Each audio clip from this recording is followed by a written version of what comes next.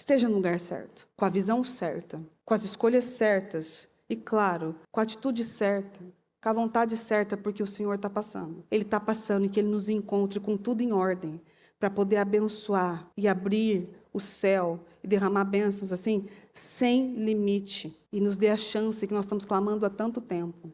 Às vezes, há chances que o Senhor está pronto a entregar. E nós estamos clamando essa chance, há muito tempo. Só falta algo. Falta só ordem em algumas coisas. E aí Deus pode abrir a porta do céu. Do contrário, você vai dar mais uma volta ao redor da montanha, vai ser mais um ano, mais uma palavra profética, mais uns 52 dias, e que as coisas ainda não foram arrumadas.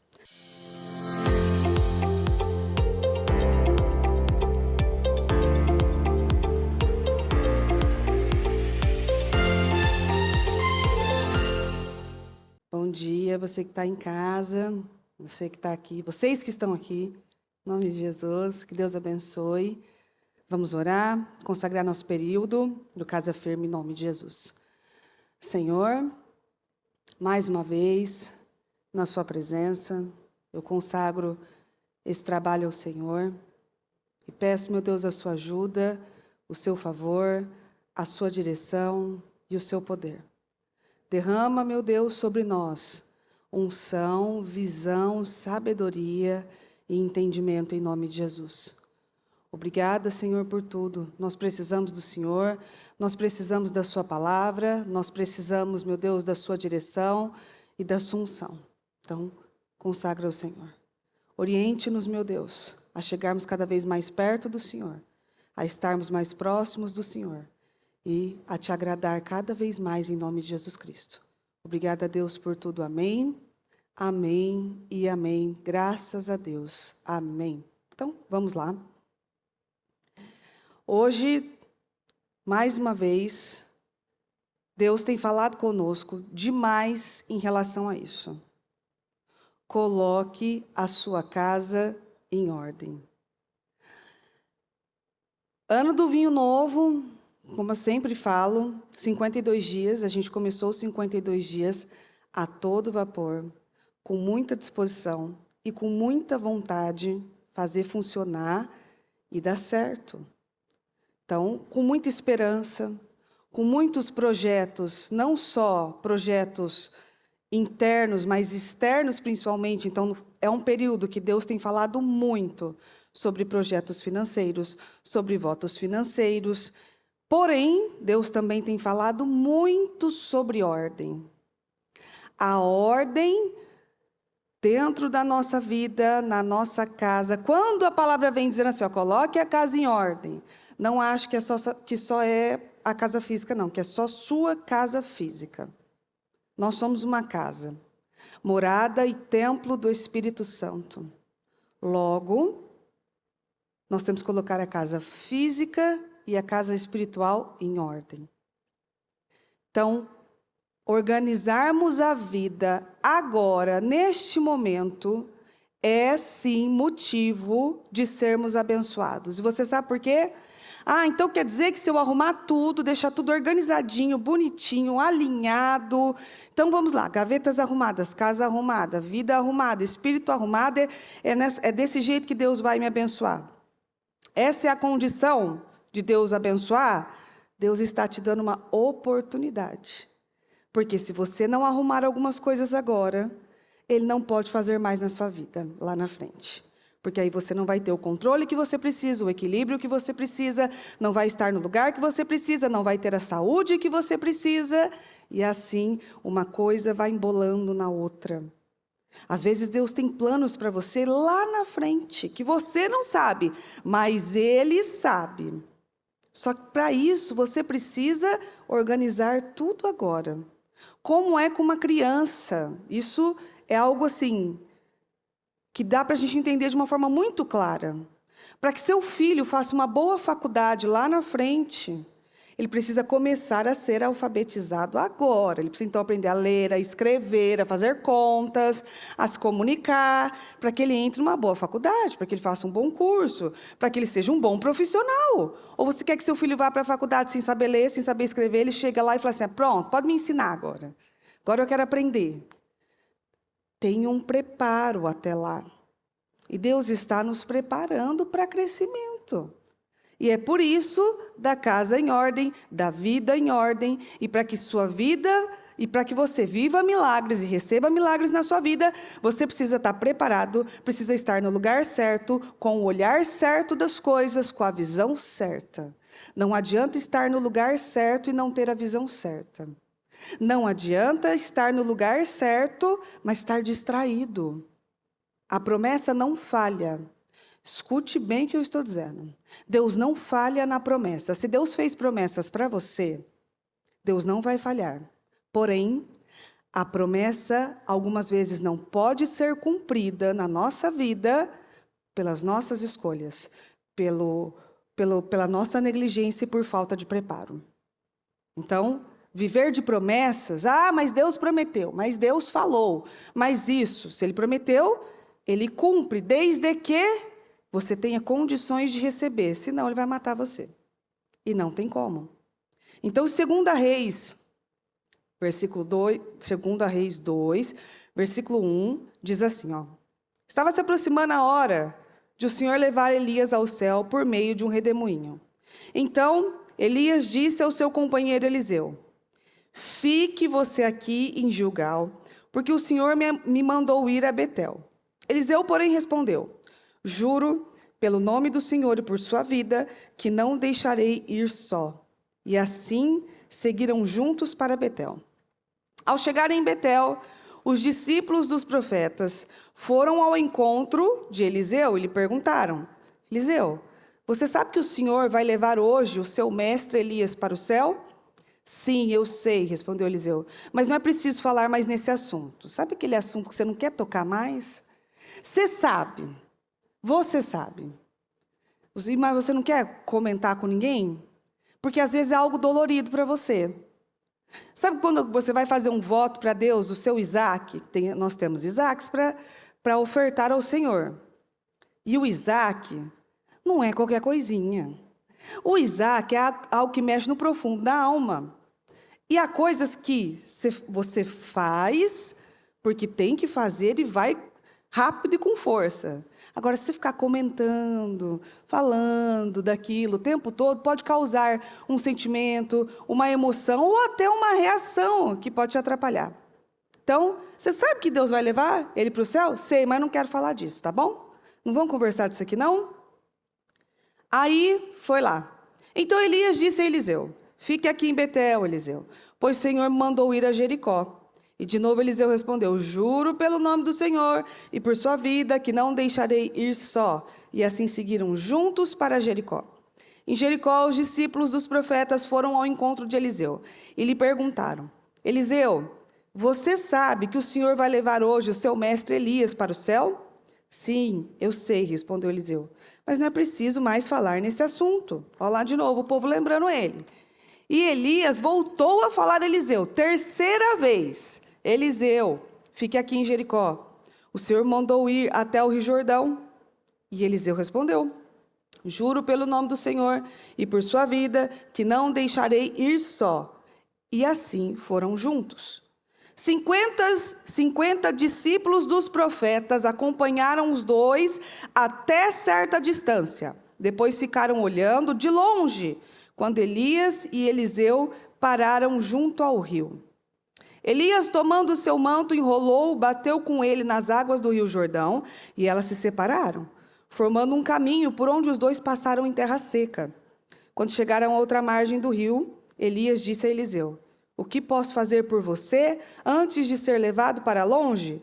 Eliseu respondeu, dá-me porção dobrada do seu espírito sobre mim. Você me fez um pedido difícil, Eliseu, disse Elias. Entretanto, se você presenciar o momento, quando eu for separado de você, o seu pedido será atendido. Caso contrário, não será atendido. Então, existia uma condição para a porção dobrada. A porção dobrada não chegaria de qualquer forma, de qualquer jeito, apenas porque ele tinha acompanhado ele no caminho ou porque ele tinha servido Elias, estado com ele durante todo o processo vamos por ministério do Elias. Então, Isso não era garantia de nada. Como a gente sempre fala para os internos, a gente sabe muito bem. Você morar dentro da igreja não garante nada que você vai para o céu, tá bom? Você ler a Bíblia não garante que você vai conhecer Jesus. Você dizer que é cristão não garante nada para você. Nada. Porque eu vou à igreja todos os dias. Também não garante nada para você. Porque se não houver uma mudança de alma, de espírito, de conduta, de personalidade, se você não tornar-se irreconhecível para você, primeiramente. Não é para os outros, não. Mas para você. Sabe quando você olha para você e você não consegue mais pensar em ser a mesma pessoa de antes? É isso. Então, vir à igreja, ler a Bíblia, se não tiver intimidade, não garante nada. Se não tiver mudança de conduta, não garante nada. Morar dentro da igreja não te garante nada, muito pelo contrário, vai ser mais difícil para você. Que mora na igreja, é mais difícil para você, porque você pode se acostumar facilmente com as coisas da obra, com o dia a dia, como se aquilo fosse algo comum, como se aquilo fosse um trabalho. É aí que muitos se perdem. O louvor é só uma canção, a palavra é só um barulho, arrumar um banheiro, uma cadeira é obrigação, é pressão. Fazer algo para a obra, limpar o aparador, encher uma taça d'água, né? Ajudar um membro, começa a virar fardo para você. Começa a cansar, a pessoa começa a se sentir pressionada. Quando a pessoa está pressionada dentro da obra, pode saber, a obra é um trabalho para ela. Ela trabalha lá. Ela não vive aquilo. Ela trabalha. Ela cumpre as obrigações dela. Ela bate o cartão de ponto dela. E isso é quando você vai para a igreja aos domingos e você dorme no culto, e você vai orar na madrugada e você dorme na oração, e aí você vai fazer um jejum, e você só para de comer, mas vê vidinho em celular, faz piadinhas sem graça, vai para não sei aonde, fica de conversinha com um, fica de conversinha com outro, não consagra o espírito. Perdeu o seu tempo. Devia ter comido, devia ter bebido água, refrigerante ou suco, sei lá o quê. Devia ter feito tudo isso aí. Uma obra em vão. Não garante nada para você. Vou 52 dias na igreja, mas grito com a minha família, brigo com o meu marido, desconto minha raiva dos meus filhos. É um fardo ajudar na igreja, é um fardo dizimar. Isaac que nada, não vou dar voto nenhum, porque já tem voto de 52 dias, não vou fazer isso e tal, isso aqui. Muda nada para você então. São 52 dias que você podia ter ficado na sua casa, botado ali em ordem as séries que você quer botar em ordem, ou lido alguma coisa, feito alguma coisa, porque é a mesma coisa. Se você não vier os 52 dias na igreja e, com isso também, pegar 52 palavras para a sua vida, aplicar 52 formas de mudança para você, mudar sua forma de falar, mudar sua forma de agir, mudar a sua conduta, mudar até seu posicionamento. Você vai se acostumar. 52 dias para você vai virar costume. Vou para a igreja, sento. O que pregou da palavra? Não lembro. Não sei não. Você escreveu? Fez lá? Porque aí faz projeto. Escreve no papel os seus sonhos, os seus desejos. Já fiz projeto. Já fiz isso. Aquele que passa com o projeto vazio, não tem sonhos, não tem esperança. Aquele que passa com o projeto até que cheira novo, não tem uma gota de azeite nele. Nada. Vai ser a mesma coisa. Existe algo que precisa ser feito para que porção dobrada venha para a sua vida. Do contrário, você só caminhou junto, foi junto com a multidão, ou você parou junto com aqueles 50 que ficaram antes do rio, ou você até foi, atravessou o rio, mas chegando lá, não viu, não teve a conduta certa, estava distraído, perdeu porção dobrada. Eles continuaram andando e conversando, e de repente surgiu um carro de fogo, puxado por cavalos de fogo, e separou os dois. E Elias foi levado ao céu num redemoinho. Quando Eliseu viu isso, gritou: meu pai, o Senhor sempre foi como os carros de guerra de Israel e seus cavaleiros. E olhando para o céu, já não podia mais vê-lo, então pegou suas vestes e as rasgou em duas partes. Depois pegou o manto de Elias, que tinha caído, e voltou até a margem do rio Jordão. Lá chegando, bateu nas águas com o manto e gritou: onde está o Senhor, Deus de Elias? Quando bateu nas águas, elas se separaram, formando um caminho por onde Eliseu passou a seco para outra margem. Quando os discípulos dos profetas de Jericó, que olhavam de longe, viram o que aconteceu, exclamaram: o espírito profético de Elias ficou com Eliseu, e foram ao encontro de Eliseu, curvaram-se diante dele e disseram. Enfim, aqui corta mais ou menos a metade, mas tem uma continuação, porque eles vão falar, quando eles vão ao encontro do Eliseu, eles vão começar a falar diversas coisas com ele ali naquele momento, e dizendo que o Espírito estava sobre ele, e que aquilo tinha acontecido com ele, que agora, né, deixe-nos ir procurar o Elias ali, e ele vai falar, não, ele fala, não, deixa a gente lá ver, tá, vai. Aí eles vão procurar, não vão encontrar, eles vão voltar, e o Eliseu vai falar, não disse para vocês, que não era para ter ido. Era uma continuação que não havia necessidade. Agora, o Elias ia então ser tirado, ia embora. Acabou, fim, foi para o céu, né? Subiu para o céu no redemoinho, não morreu, né? Foi levado ali. E algumas vezes ele tentou impedir Eliseu de ir até o lugar com ele. Por quê?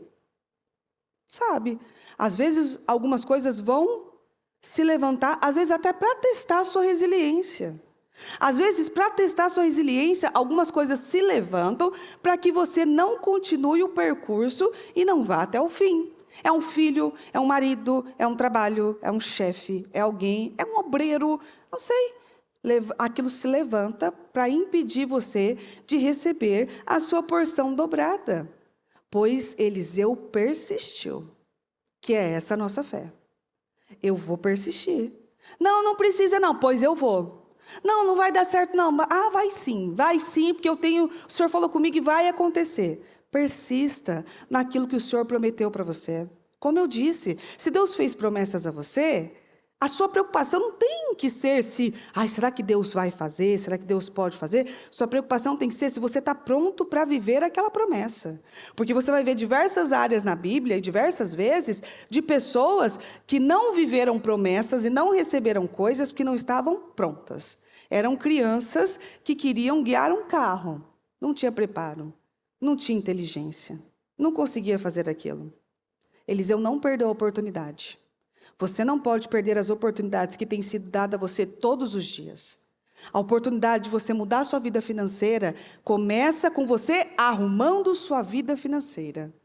A oportunidade de você ter filhos, ou você que já tem, lidar com seus filhos de uma maneira assim, que vai encaminhar essas crianças no caminho certo, começa com você mudando a sua conduta com eles, ouvindo o que as professoras da escolinha vão falar para você, porque ela vai estar lá e ela vai pegar. Ela vai pegar o sentido, aquilo, principalmente a escolinha da igreja, então, você pega o espírito da criança, você sabe o espírito que está nos pais pela criança ali.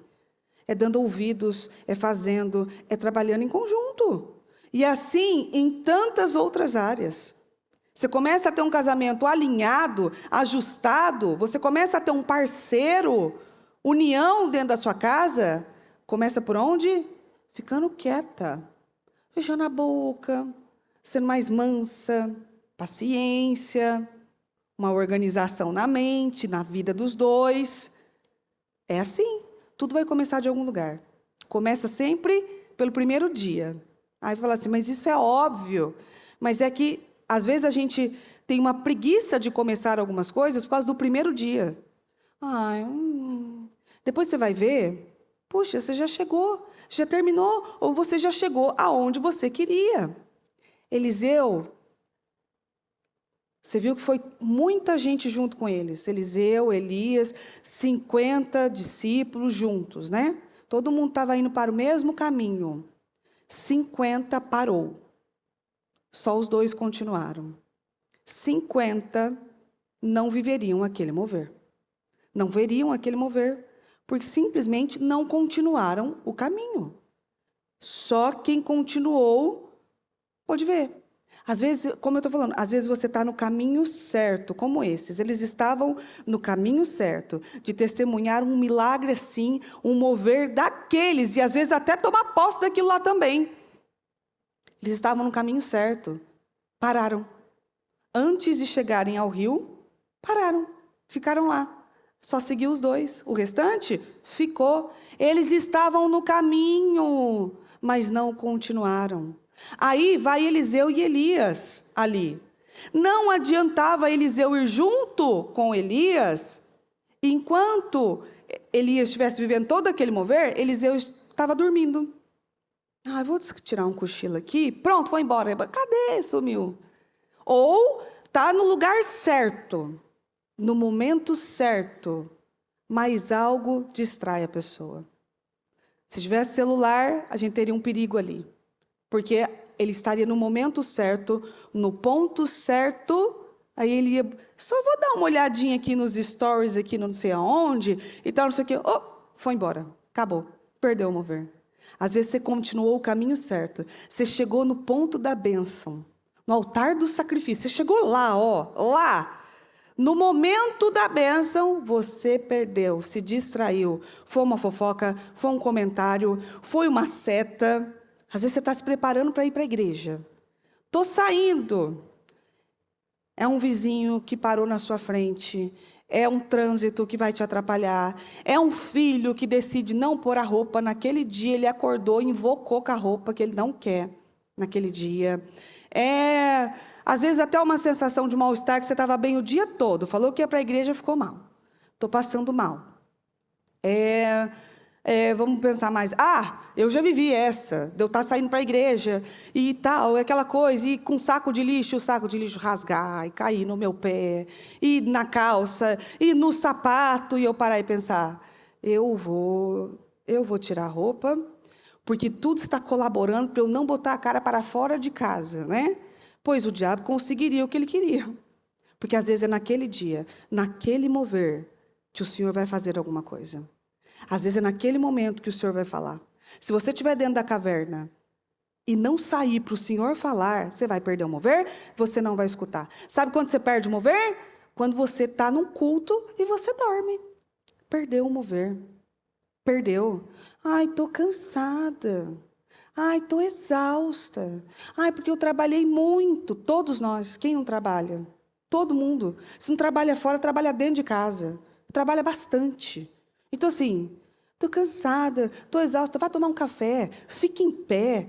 Mas você perde oportunidades na vida, às vezes, por causa disso. O seu corpo fala mais alto do que seu espírito. Seu espírito tinha que falar. Eu até brinquei com elas aqui, ó. Eu venho para oração na madrugada, quando eu venho orar, quando a gente faz a nossa oração da madrugada aqui, não essa de quarta, a nossa de segunda. Tem a oração de Jabes também. Eu chego aqui com um bico do tamanho do mundo. Chego com o olho que mal consigo abrir.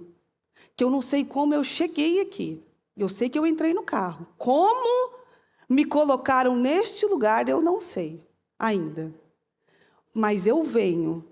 E não vem para dobrar o joelho na cadeira, porque você quer dormir disfarçadamente numa oração, você dobra os joelhos. Dobrou os joelhos, pronto, você tira o seu cochilo. Ali, gente, já vi gente roncar de joelho dobrado. Eu já vi. Ali. Já vi gente babar. Inclusive na cadeira da Taquari, é cadeira de couro, né? Aqui é tecido. Faz isso aqui não. Não dá. A pessoa vem para a oração, ela levantou.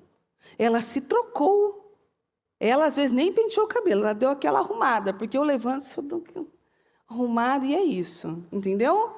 Ela está ali. Ela chegou. Para ela dormir. Ficaria mais fácil dormir em casa. Para ela não abrir a boca e não clamar, então ficaria mais fácil ficar em casa. E continuar dormindo, porque não vai receber nada. Mas eu fui na igreja. Você estava no caminho certo. Você chegou no momento certo, mas na hora do mover, você tirou um cochilo. Você não falou, pois eu venho e eu não fecho a minha boca. E se eu vejo que eu estou vacilando, eu levanto e eu vou andar, porque eu não vou perder a minha oportunidade. A minha oportunidade é aquela. Eu preciso daquilo naquele momento. Eu não sei se eu tenho amanhã, eu não sei se eu tenho um amanhecer. E eu vou perder a minha oportunidade. Isso é perder o mover. Perdemos moveres por sentimentos. O sono é um sentimento, quase. Se caracteriza, porque o sono te traz aquele sentimento de mau humor, de, às vezes, dor física, fadiga. Sentimento, você perde o mover ali, te traz um sentimento. Um sentimento faz você perder moveres. Sentimento de dor, de saudade, de amor, de ódio, de raiva. Às vezes, o sentimento de não gostar de uma pessoa que senta do seu lado na igreja faz você perder um mover. Pega na mão do irmão que está do lado. Ah, esse irmão não, quero o outro irmão. Tem que fazer um céu só para você, então. Porque, assim, não quer compartilhar com o irmão na terra. Ah, quando chegar no céu, você não vai chegar. Porque se você não compartilha, não perdoa o irmão aqui, ó, na terra, não tem céu exclusivo. Não tem área VIP no céu. Não vai ter. Assim, tem, claro, os seus cargos no céu, né? Agora, ai, quero sentar nessa mesa separada, porque, assim, eu não gosto da turma de lá. A turma de lá não me agrada. Tem alguma mesa, ô, doutor Gabriel? Tem uma mesa aí separada, porque a turma de lá está me incomodando, né? Não vai rolar. Não acontece. Não tem porquê. Ou você vai fazer aqui na terra, arrumar as coisas na terra, para viver a glória no céu, ou não dá para continuar. A sua promessa pode ir para outra pessoa, porque quando Deus entregou para você e prometeu a você, como foi para Saul, você até recebeu. Mas o caminhar da promessa exige processos, dores, sacrifícios, Isaques e muitas outras coisas aí pela frente, né? E se você não estiver no tempo certo, no mover certo, com a visão certa e com a atitude certa, a sua promessa, que era sua, foi dada a você, nas suas mãos, vai para outro. E às vezes com um coração melhor que o seu. E isso é fato, como você viu acontecer com Saul e com Davi. Então, preste atenção, porque às vezes Deus está exigindo coisas de você que pode parecer muito difícil agora. Mas lá na frente, quando você olhar lá na frente, se você não tiver feito, você vai ver que elas não eram tão difíceis assim. Elas eram fáceis de se arrumar. Era só uma questão de força de vontade. Coloque em ordem a sua casa, começando por todas as áreas, começando pela sua vida financeira. Coloque em ordem a sua vida financeira. Organize seus dízimos e suas ofertas. Está atrasado com dízimo. O Espírito Santo tocou, não fez uma oferta. Trate de organizar, porque Deus não pode abençoar num saco furado, num saco vazio. Para de gastar de forma desequilibrada. Mulheres precisam ter autocontrole. Aquela bolsinha, aquela blusa, aquele sapato. Se não continuar ali, vai vir outro de outro modelo. Para com aquele sentimento de que se eu não comprar agora, eu nunca mais vou encontrar algo assim. E nunca mais parece que eu vou ficar triste se eu não usar ele, né? Daqui uns 5 anos você vai olhar e vai perguntar por que eu comprei aquilo ali. Eu não deveria ter comprado aquilo. Para de ficar gastando como uma forma de distração. Perigosíssimo esse site da China. Perigoso. Você não vai conseguir entrar no site da China? Saia dele, desinstale. Desinstale o seu cartão, dali, inclusive, ou do seu marido, né? Que a gente tende a instalar o cartão do marido no celular. Desinstala. Porque você vai ver um negócio, ele vai te puxar para mais 10 parecidos e talvez um pouco melhores. Aí você vai ficar analisando. Ah, esse aqui parece melhor, mas esse preço aqui, mas esse aqui vem mais. Mas esse aqui tem esse detalhe aqui, e não sei o que, e você não sai de lá nunca mais. Você não sai de lá e você enche o carrinho, e o seu carrinho está cheio de coisas e você termina não comprando nada. Você só encheu o carrinho que você fala, depois eu volto, hein? Eu vou voltar. E às vezes você compra coisa que não há necessidade nenhuma de você comprar. Você comprou aquilo só por tédio. Ah, estou entediada. Então, tédio no site da China vai te saquear de alguma forma. Tédio no shopping te saqueia de uma forma maior. Então, estou com tédio, vou dar uma volta no shopping. Não vai, não. Não vai. Vai fazer uma atividade física, vai tomar um sorvete, vai fazer outra coisa. Está com tédio, está chateada, vou dar uma volta no shopping, vou comprar, porque eu vou melhorar. Vai passar rápido isso aí. Você vai comprar, te dá até aquela sensação de prazer, logo mais a tristeza volta, a angústia volta, e aquilo lá você não tem nem vontade de usar. Porque eu sempre conto esse testemunho, que quando eu estava com a minha filha doente no hospital, eu tinha acabado de ganhar um celular novo e eu não tinha graça para usar. Eu não queria ligar aquele celular, eu não tinha alegria ali. De que adianta você ter um celular novinho dentro de um hospital? Serve para quê aquilo lá, então? Para nada, aquilo não pode salvar a vida, aquilo não pode trazer alegria. Ah, vai distrair um pouquinho. Deixava para a criança ali, ó, porque eu mesma não queria nem botar minha cabeça ali. Serve para nada. Seu armário cheio de roupas, com etiquetas algumas, muitas vezes não vai trazer a alegria que você está achando que vai trazer. Para de comprar coisa apenas por preço. Aqui você vai ver muito nos Estados Unidos. Você vai nesse Dollar Tree aqui, ó, você quer passar corredor por corredor, porque você acha que você precisa de tudo que eles têm. E vai nessa ilusão. 1,25 Dollar Tree, 1,25. Faz 1,25 agora vezes 6. Tem as taxas. Aí, às vezes, aquele negocinho desse tamanho assim que você comprou por 1,25, você pagou bastante dinheiro num negocinho que não valia aquilo lá. Ou que a durabilidade dele é pouca. Aí você vai, promoção. Buy one, get one. Compra um, ganha o outro. Ali, né? Não, então vamos lá. Um negócio surrado, que você lavou, rasgou, entendeu? Perdeu. Um brinco baratinho, que maravilhoso, na farmácia, $2 um brinco. Passa um perfume. Você não precisa passar o perfume no brinco. Se o seu brinco encostar no seu corpo, que tem um pouco de perfume, ele vai ficar preto, da cor do asfalto, ainda vai manchar você ali. Mas são só $2, $2 em $2, ou reais, aí com você vai juntando. Dá um montante, né, de coisas desnecessárias que você vai jogar fora logo, porque aquilo não presta. E não vai prestar. Então, para de ficar comprando coisa por causa de promoção. Ah, mas promoção não é boa? É ótima. Eu adoro promoções. Para coisas que você precisa. Agora, não, vou comprar, vai que eu preciso. Vai que um dia eu utilize isso aqui, ó. Olha quantas coisas, quero. Olha, tá barato, vai que, né? Vou comprar, porque vai que lá na frente a gente usa. Às vezes você acha uma roupa, está lá. Nossa, que barato. Não é o seu número. Ou ela é menor, ou ela é muito maior. Não, mas eu vou chegar lá.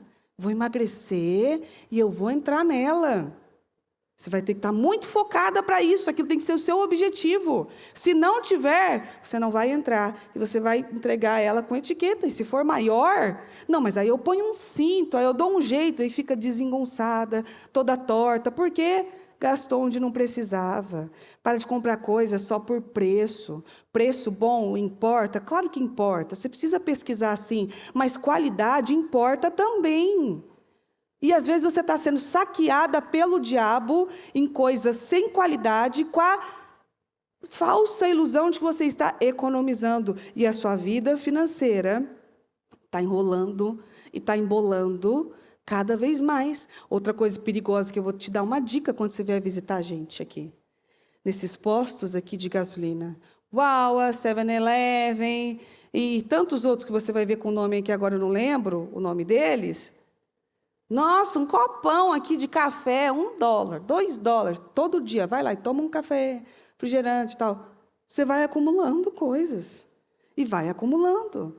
Quando você podia estar se organizando para tomar algo mais saudável, fazer algo mais saudável, sua vida financeira vai sendo saqueada. E não é de forma grande, não. Às vezes naquela gotinha, assim, ó. É conta-gota que vai saindo. Põe um saco furado, coloque um balde furado na sua sala. Deixa passar uma noite lá para você ver. Se a gota que cair toda, com frequência ali, o tempo todo, vai saindo, não vai esvaziar aquele balde? Vai. E às vezes o diabo está saqueando pessoas. Dessa maneira assim, ó, coisinha que não precisa. Coisinha que vai dar trabalho, coisinha que você não vai usar. Coisinha que está tirando, inclusive, a oportunidade de Deus dar mais para você. Porque aí você mostra que você não pode ver uma promoção, um site, não sei o quê, que você já está querendo consumir tudo aquilo. Então, organize sua vida financeira. Elimine gastos desnecessários para que você viva grandes sonhos e grandes projetos ali. Para de achar que precisa de tudo, porque a mulher sempre acha que ela precisa de mais alguma coisa. Se você tivesse economizado e guardado de uma forma que você pegasse algo com uma qualidade melhor, garanto a você, você não ia precisar comprar outro daquele. Você podia comprar um diferente, um outro modelo, uma outra cor, mas com uma qualidade melhor, uma qualidade superior. E não tiro também que organizar a vida financeira é ser generosa. Uma mulher generosa, ela prospera. É aquela mulher que não se prende a dinheiro, não se prende a pessoas ou não se prende a algo. Ela é generosa ali, por onde ela está. Ela é generosa. E generosa é o quê? Você vai doar aquilo que você usaria.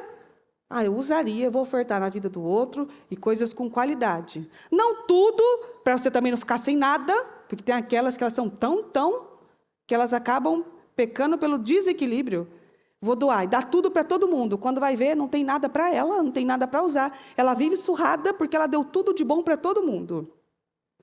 E também não vai pegar o pior que você tem ali e doar para as pessoas. Pessoas generosas prosperam. Quebre a crença de escassez, de que se você desfrutar de algumas coisas com qualidade, você não terá mais na sua vida.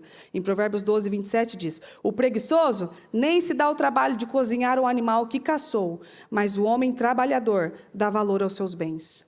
Dê valor aos bens que o Senhor colocou na sua vida e nas suas mãos. Se você não valorizar e cuidar daquilo que o Senhor deu a você, tudo aquilo que você despreza, você perde. E depois a gente não pode reclamar que a nossa vida financeira não foi para frente.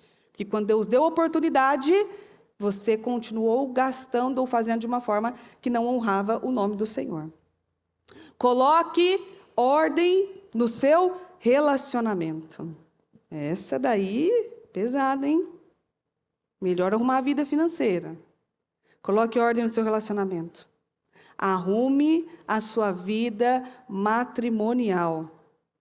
Para de medir forças numa briga que você vai perder sempre por causa de princípio bíblico. Não adianta. Você pode falar mais alto que seu marido. Você pode ter a resposta melhor do que a dele. Você pode gritar, quebrar e assustar meia dúzia aí que passa pela sua frente, inclusive ele. Mas no mundo espiritual, você já perdeu essa batalha, porque você quebrou, acabou com um princípio bíblico. Para de perder tempo com bobagens no seu casamento, porque você vai sentir falta. Você está perdendo vida e juventude. Você vai querer desfrutar do seu casamento com quantos anos? 70, 80. Aí está na hora da gente fazer companhia um para o outro. Então, uma boa conversa, uma coisa agradável ali, né? Não, com 90 anos, vamos viajar. Vamos viajar e tal. Eu, às vezes, com 30 e tantos, dependendo da viagem, eu já estou meio que no caminho pensando, Jesus, não chega, né? Não chega. Hein? Você vai querer desfrutar quando com seu marido? Um tempo de paz? É sempre guerra? Desfrute do seu matrimônio. Viva aquilo que Deus deu a você e para Ele. Viva momentos agradáveis. Momentos que são só de vocês dois. A vida não é só ficar falando de trabalho, de conta, de filho. Sai para comer, está falando de conta. Sai para comer, sai para passear, está reclamando de um filho. Está falando de problema. Há um tempo que é só de vocês dois. A vida de casal não é só isso, não. Vive em paz com as pessoas ao seu redor. Vive em paz com o seu parceiro. Vive em paz. Vá organizar a sua mente para você ter a família que você sempre sonhou e você sempre planejou. Não espere as coisas mudarem de rumo para que aquilo doa em você de tal forma que você sinta a dor do arrependimento. Eu podia ter sido mais mansa. Eu podia ter sido mais flexível. Eu podia ter sido mais presente. Você não faz ideia de quantas mulheres eu já peguei pelo caminho que me disseram esse eu podia. Podia ter feito. Eu podia ter segurado a minha boca. Eu podia não ter falado. Eu podia ter organizado minha vida ali. Eu podia. Mas não fizeram. Deus quer famílias firmes, para que propósitos firmes sejam cumpridos. E se você mostrar para Deus que a sua família não é uma família firme, organizada, com um propósito firme, não tem como Deus abençoar. Em Gênesis 2,18 disse: depois disse o Senhor Deus: não é bom que o homem fique sozinho, vou fazer para ele uma companheira, uma auxiliadora que lhe corresponda. Que lhe corresponda. Entendeu? E às vezes você não responde um bom dia.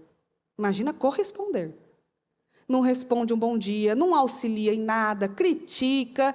Estão perdendo tempo, estão perdendo vida. Coloque a sua casa em ordem com os seus filhos. Esse eu gosto. Chega de passionalismo. Tem uma ordem clara, que assim, poderia ser um princípio bíblico. Mas é claro isso.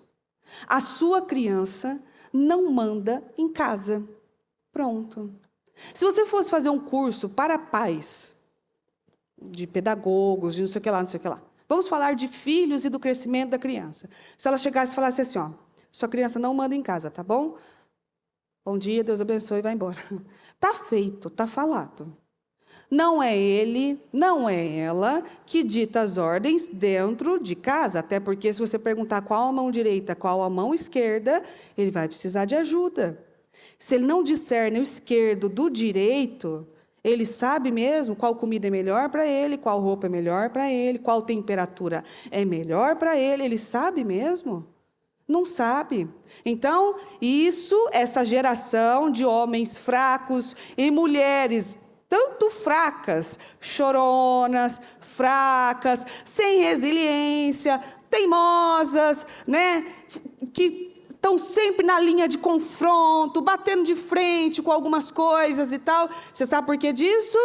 Porque não foi botado ordem nessas crianças. E elas foram deixadas para fazer e escolher o que elas queriam. Vai cobrar um preço alto delas lá na frente. Você não faz ideia do quanto custa você pagar dívidas do passado e que nem foi você que fez. Às vezes são dívidas que os seus pais fizeram. E aí você tem que pagar, porque o seu pai ou sua mãe não teve a força e a resiliência para botar você na linha. Você agora, pronto, cheguei aqui na linha, certinho, tudo em ordem, né? Aí vem aquela pessoa bagunçada, desorientada, perdida, que ela estraga com o casamento e com a vida dos filhos dela. Então, seu filho não manda em casa, não define o que ele gosta ou o que ele não gosta de comer, não define o horário que ele vai tomar banho, inclusive dormir. Não tem essa de, não quero tomar banho, você não tem que querer, meu bem, você tem que entrar. Ai, não gosto disso aqui, você não tem que gostar, você tem que comer, porque isso faz bem para você. Eu não estou te dando veneno, eu não estou te dando um punhado de grama, estou te dando algo que vai te ajudar e que vai ser bom para você. Então, a gente não tem escolha. Eu não quero ir para a igreja, meu Deus do céu, obrigue os seus jovens irem para a igreja. Quantos pais eu já atendi de jovens que não foram para a igreja porque passaram a madrugada jogando videogame no computador ou em algum outro lugar que não deveria estar e de manhã para ir no culto. No domingo, ai, estou cansado, eu não quero ir. E ou o pai ou a mãe, ai, coitado, acorda cedo a semana toda, vou deixar também no domingo. Não deveria, porque se ele não foi responsável para dormir no horário certo, você acha que quando ele tiver 35 anos ele vai dormir? Quando ele tiver 35 anos, além dele não ir na igreja, ele não vai querer ir trabalhar, porque ele passou a madrugada assistindo série. Então, vou faltar, vou mentir, vou criar um atestado. É assim que começam as coisas, dessa forma. Com uma criança que não discerne o esquerdo do direito, dizendo que não vai para a igreja, dizendo que não vai comer porque não gosta, dizendo que não vai fazer porque não quer. E desde quando criança define alguma coisa? Essa obrigação é sua. Essa obrigação está nas suas mãos, nas nossas mãos. Se você deixa o seu filho desacatar autoridades, professores, obreiros, pastores e principalmente você, mãe, e deixa desacatar o pai, porque, não me desacata, mas se desacata o pai, dá até aquela sensaçãozinha assim, né? Pai, não é comigo não. E tal, não sei o quê, né? Você está fazendo o seu filho maldito e encurtando os dias dele aqui na terra. Pronto. Seu filho não vai ter vida longa, nem vida digna. Porque ele desacata autoridades. Eu já vi criança desacatar professores e os pais irem até o lugar e querer brigar com o professor, porque ficou bravo com o alecrim dourado ali. Porque o mundo parece que tem que se moldar por causa do alecrim dourado. Todo mundo tem que esperar aquela criança e a vontade dela. Todas as crianças precisam esperar aquela criança parar de fazer manha, parar de desrespeitar o pai, parar de bater na mãe, parar de dizer, eu não quero, eu não gosto, eu não vou comer, eu não vou obedecer e tal. E todo mundo precisa esperar. E aí tem mãe que acha o quê? O mundo está contra o meu filho, ninguém gosta do meu filho, da minha filha e tal, não sei o quê, né? Veja o porquê. Dá uma olhada. Não acho que o mundo é um perseguidor, não. Dá uma olhada, o porquê que às vezes seu filho ou sua filha, todo lugar que ele chega, um professor não se adapta com ele, um coleguinha não se adapta com ele, é pai, é mãe que está incomodado com aquilo. Por quê? Por quê? Ah, porque todo mundo está contra o meu bebê de ouro aqui, ó. Está todo mundo contra ele, né? Às vezes seu bebê de ouro falou palavrão, xingou, bateu, quebrou alguma coisa, desrespeitou uma autoridade ali, e quando chega perto de você, meu Deus, ele transforma. Ele transforma. Tem que filmar. Porque como pode? Duas crianças no mesmo lugar? Veja. Perceba, você consegue pegar sinais dessa criança agora. Você vê que ela está num jogo, ela não consegue perder, ela não sabe perder. Ela perdeu, ela chora, ela fica brava, ela faz mãe, ela se vinga. Às vezes ela se vinga de você, viu? Às vezes aconteceu alguma coisa num jogo, seu filho ficou bravo, ele foi para cima de você, brigou com você, xingou você, bateu em você, foi para cima de você, ficou nervoso. Ali, perceba, é a pessoa que quando for frustrada na vida, vai dar um péssimo testemunho. Isso é criança que não sabe ser corrigida. Isso é criança que quando é pego alguma coisa nela, ela desconta no outro. Seja emburrando ou seja com atitudes violentas. Isso é muito sério. Se os seus filhos não estiverem em ordem, não adianta você ficar cantando louvor assim, ó, que a bênção se derrame até 1000 gerações, viu? Na minha família, nos meus filhos e nos filhos dos filhos. Você vai ter netos com bastante dificuldade de convivência, inclusive com os seus filhos. Você vai ter problemas lá na frente. Não, mas Deus abençoa. Os filhos dos filhos. Mas primeiro o pai precisa colocar ordem naquele lugar. Eu nunca me esqueço uma viagem que eu fiz com o Mu, a primeira viagem internacional que a gente fez. E eu não tinha nem filhas ainda. Nós chegamos num lugar, no Texas, e tinha um posto de gasolina com aqueles carros antigos, e tinha um pai, sozinho, ali, vendo, porque lá, como era um posto de disposição de carros antigos, então passava muita gente para ver. E aquele pai estava parado, perto de um carro antigo, eu não contei, mas menos de 7 não tinha. Aí você vai falar assim, como você sabe que todos eram irmãos? Estavam todos paradinhos, um do lado do outro, do menor ao maior. Não tinha uma criança correndo, jogando pedra no carro, chorando, com o nariz escorrendo, brigando, puxando o cabelo do irmão, reclamando, gritando, eu quero pirulito, eu quero isso, eu quero. Então, não tinha uma. Todas ali, alinhadinhas, junto com o pai. Não precisou da mãe, porque a mãe não precisou estar lá para dar o controle para aqueles filhos. Só a presença do pai já dava o controle dos filhos. E eles estavam ali, vendo a exposição junto. E era uma exposição, assim, que era estrada, e a exposição aqui não tinha calçada, não tinha nada disso, faixa de pedestre e tal, não sei o quê. Não tinha nada disso, não. Não tinha uma criança fugindo por meio da rua. Não tinha uma criança riscando um carro, dando soco no carro, ou puxando a camiseta do pai. Porque às vezes o pai está conversando, aí vem a criança, pai, mãe, e puxa a camiseta, e chama a atenção, e bate no irmão, para chamar a atenção e tal, não sei o quê. Meu Deus, que desgoverno. Aí você sabe que Deus não pode fazer mais só por você ver os filhos. Efésios 6:2 diz, honre seu pai e sua mãe. Esse é o primeiro mandamento com promessa, para que tudo corra bem e você tenha uma vida longa sobre a terra. Quando você vê seus filhos desonrando pai e mãe, você sabe muito bem que as coisas não correrão bem para ele e que ele não vai ter vida longa na terra. Não, está me jogando maldição? Não, só lê a Bíblia aqui, ó. Primeiro mandamento com promessa. Honre o seu pai e sua mãe. E às vezes essa criança tem pais e mães espirituais, viu? Porque ninguém educa e ama mais uma criança do que as professoras na escolinha. Porque alguns pais são abençoados, viu? Abençoados porque a professora da escolinha da igreja, ela tem temor.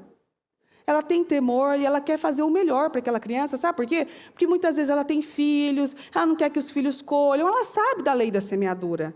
Você pega uma professora do mundo, ímpia, sem temor, ela não vai ter paciência com o seu filho, não, nem com a sua filha. Ela vai tratá-lo como os outros, ou até pior, se der trabalho, trata pior. Então, às vezes seu filho tem pais e mães espirituais e ele está desrespeitando os pais e mães espirituais dele. Você acha que ele vai ter vida longa? E que tudo vai bem para ele, né? Em tudo que ele fizer? Ele vai ser amaldiçoado. Coloque a sua vida em ordem na saúde. Para de encurtar os seus dias. Para de encurtar o seu tempo com os seus netos, com os seus bisnetos.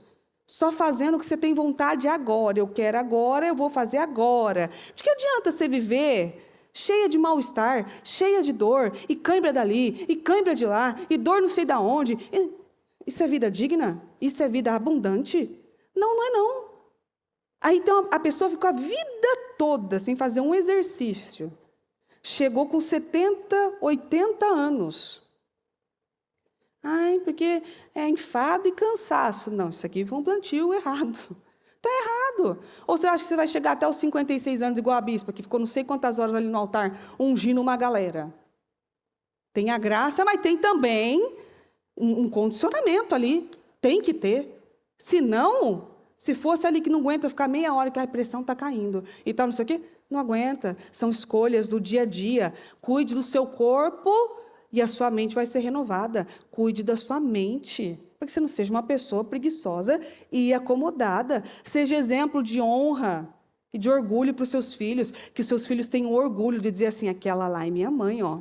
Tá vendo aquela ali, ó? Minha mãe. Você nunca viu uma criança se escondendo porque ela tinha vergonha do pai e da mãe? Ai, tem vergonha da minha mãe, tem vergonha do meu pai. Por quê? Vá ver só. Seja motivo de honra e de orgulho para os seus filhos.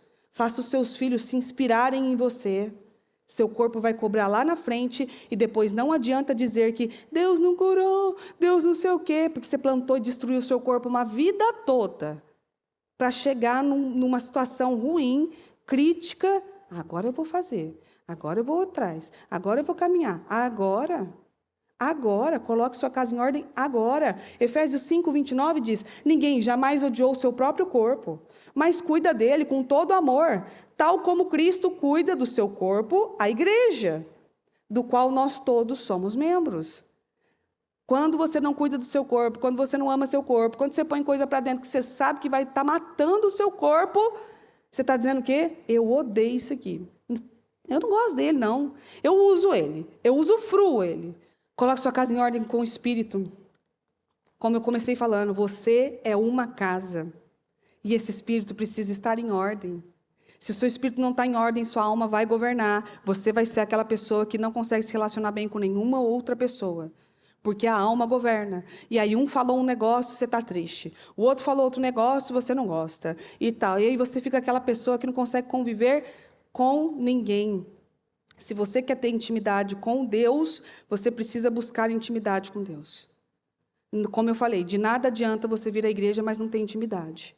Cuide do seu espírito, coloque a sua casa em ordem no espírito. Como é que você quer que um filho tema a Deus e sirva a Deus e fica fazendo promessas e declarando sobre a vida desse filho que ele vai servir, que ele vai temer a Deus, se quando ele pede uma direção para você, você não sabe dar uma direção bíblica para ele. Você não sabe falar de um versículo para ele. Ele não vê você abrindo a Bíblia. Sua Bíblia é colada, as páginas são coladas. Porque ele sabe que você não tem vida íntima com Deus. Você só usufrui da igreja, do templo.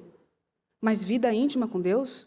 Como que você vai orientar seu filho a respeito da conduta, da salvação, do casamento, da vida, da saúde dele? Levante de madrugada para orar e ore. Vá para o culto, cultuar e aprenda. Vá fazer alguma coisa na obra, então faça aquilo com todo o seu amor, com todo o seu desejo, para que Deus veja que você é fiel no pouco e te coloque no muito. Você precisa saber mais e ver que a igreja tem muito para ensinar você, mas você também precisa ter espírito e intimidade para aprender. Em 1 Coríntios 6,19. Será que vocês não sabem que o seu corpo é morada do Espírito Santo? Que Deus lhe deu? Seu próprio corpo não te pertence. Você está estragando uma propriedade que não é tua. E é a morada do Espírito Santo. E claro, coloque em ordem a sua casa física.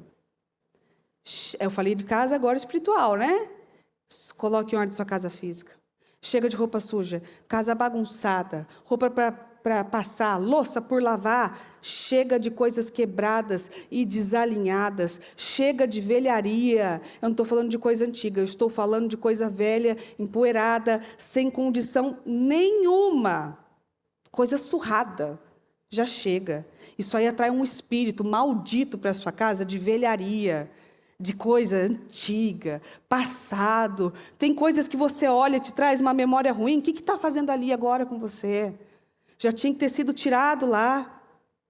E hoje, se eu falasse para você assim, ó, hoje Jesus vai almoçar na sua casa, tá? O que você faz?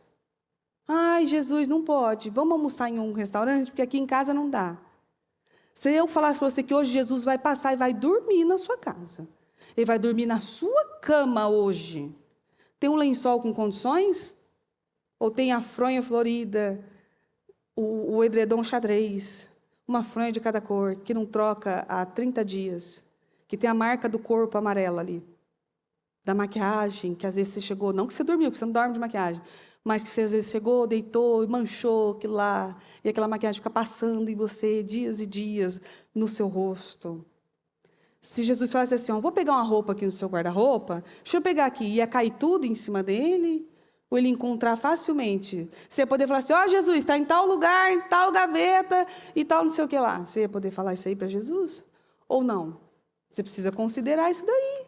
1 Coríntios 14, 33 diz, pois Deus não é um Deus de desordem, mas de paz, como em todas as igrejas dos santos. Então, Deus odeia a desordem. Em 1 Coríntios 14, 40. Entretanto, façam questão de que tudo seja feito com decência e ordem. Vai almoçar? Ah, mas vai almoçar só eu. Ah, só eu aqui. Eu como aqui em pé na pia mesmo. Não tem decência, não tem ordem.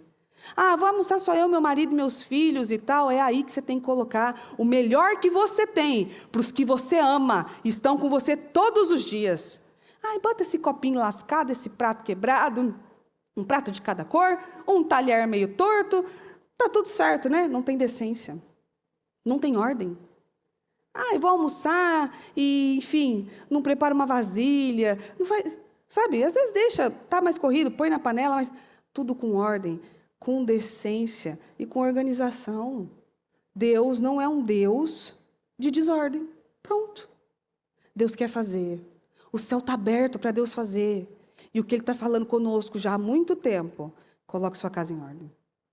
Essa casa não pode permanecer dessa forma.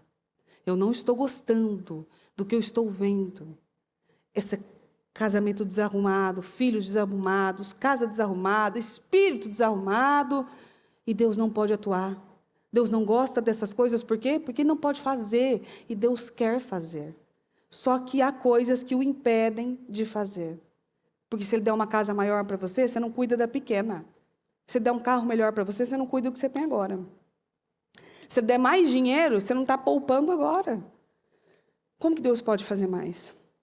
Então, esteja no lugar certo, com a visão certa, com as escolhas certas e, claro, com a atitude certa, com a vontade certa, porque o Senhor está passando. Ele está passando e que Ele nos encontre com tudo em ordem, para poder abençoar e abrir o céu e derramar bênçãos assim, sem limite. E nos dê a chance que nós estamos clamando há tanto tempo.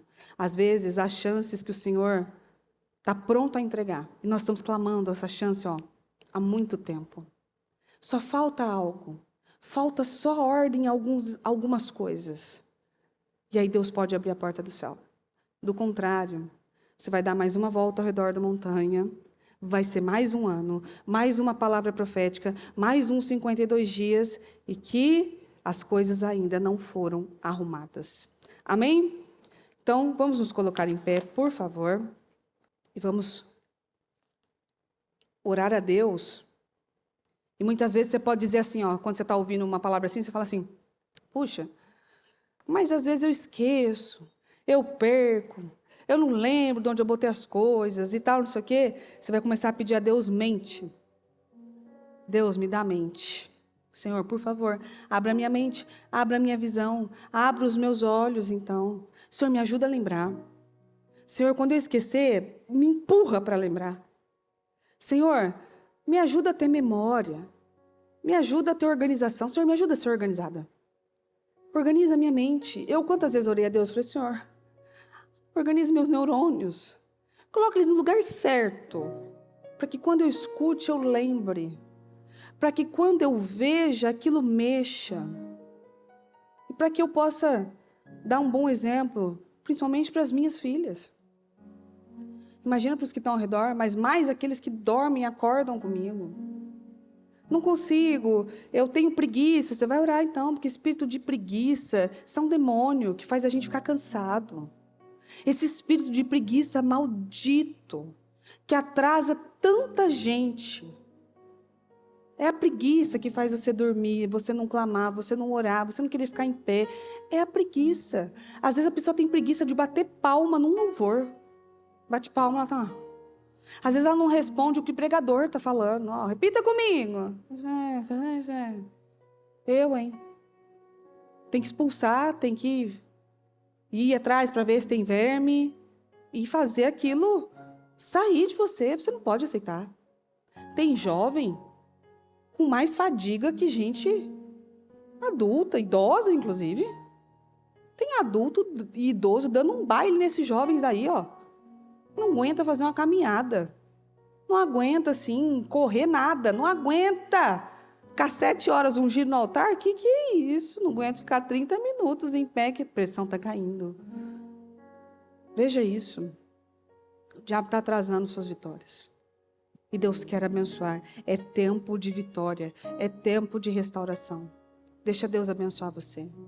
Senhor, eu clamo agora pela vida dessas pessoas e declaro ordem e decência, meu Deus, começando na mente e caminhando para todo o resto. Eu declaro mentes organizadas, uma visão alinhada, uma visão organizada. Eu declaro, meu Deus, a direção que o Senhor dá, meu Deus, para todos nós, em nome do Senhor Jesus, se cumprindo nas nossas vidas. Eu declaro força, resiliência e capacidade, meu Deus, de fazer, de sonhar, de elaborar e de concretizar aquilo na vida. Eu declaro uma unção, meu Deus, poderosa, de força e de decência. Eu declaro ordem nas coisas simples. Eu declaro um espírito, meu Deus, de constrangimento.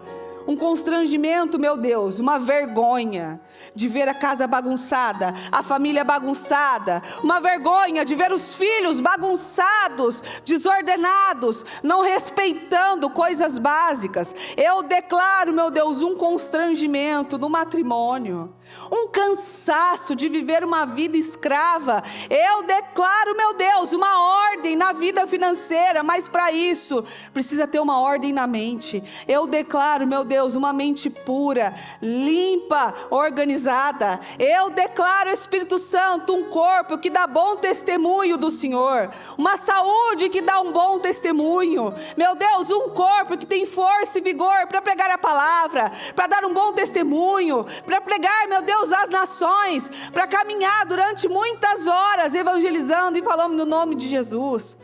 Eu declaro, Espírito Santo, uma força espiritual sobrenatural que nos faz, meu Deus, alinhar os nossos sonhos, os nossos projetos e alinhar as coisas físicas ao nosso redor. Que tudo aquilo que está saindo da linha, que não está condizendo com a boa conduta, com a educação, com a higiene, com a organização, seja agora, meu Deus, transformada dentro dela primeiro, para que aquilo constranja de tal forma que ela não consiga mais sentar numa mesa e comer numa mesa bagunçada, suja, que ela não consiga mais viver num quarto, numa cama desordenada, suja, bagunçada, que ela não consiga mais chegar em casa e não querer desfrutar do seu casamento, que ela não consiga mais, meu Deus, ver um filho ser diferente, excluído de outras crianças muitas vezes, e achar que aquilo é um problema com os outros, que ela comece a entender que o problema está no filho, e que ela tem o papel ideal e importante de criar um discípulo,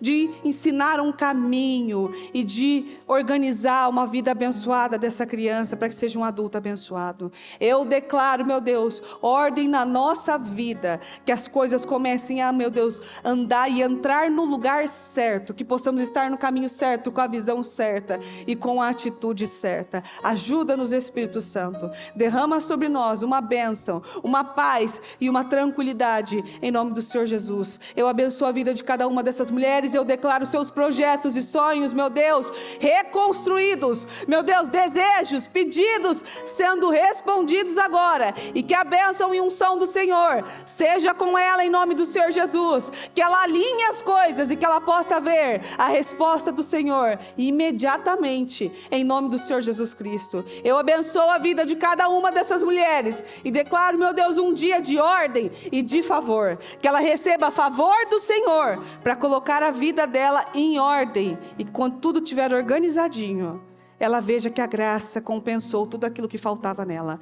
Que a sua graça, Senhor, compense o foco, a falta de foco, a falta de organização, a falta de entendimento, a falta de força, em nome de Jesus. Que a graça compense, que a unção compense, em nome do Senhor Jesus. Que por onde ela passar, ela leve ordem e decência, ela leve um bom testemunho, ela leve o padrão de Cristo, que não compactua com desordem, em nome do Senhor Jesus Cristo. Obrigada, Senhor, por tudo. Eu te amo, eu te agradeço, em nome de Jesus Cristo. Amém. Amém e amém. Graças a Deus.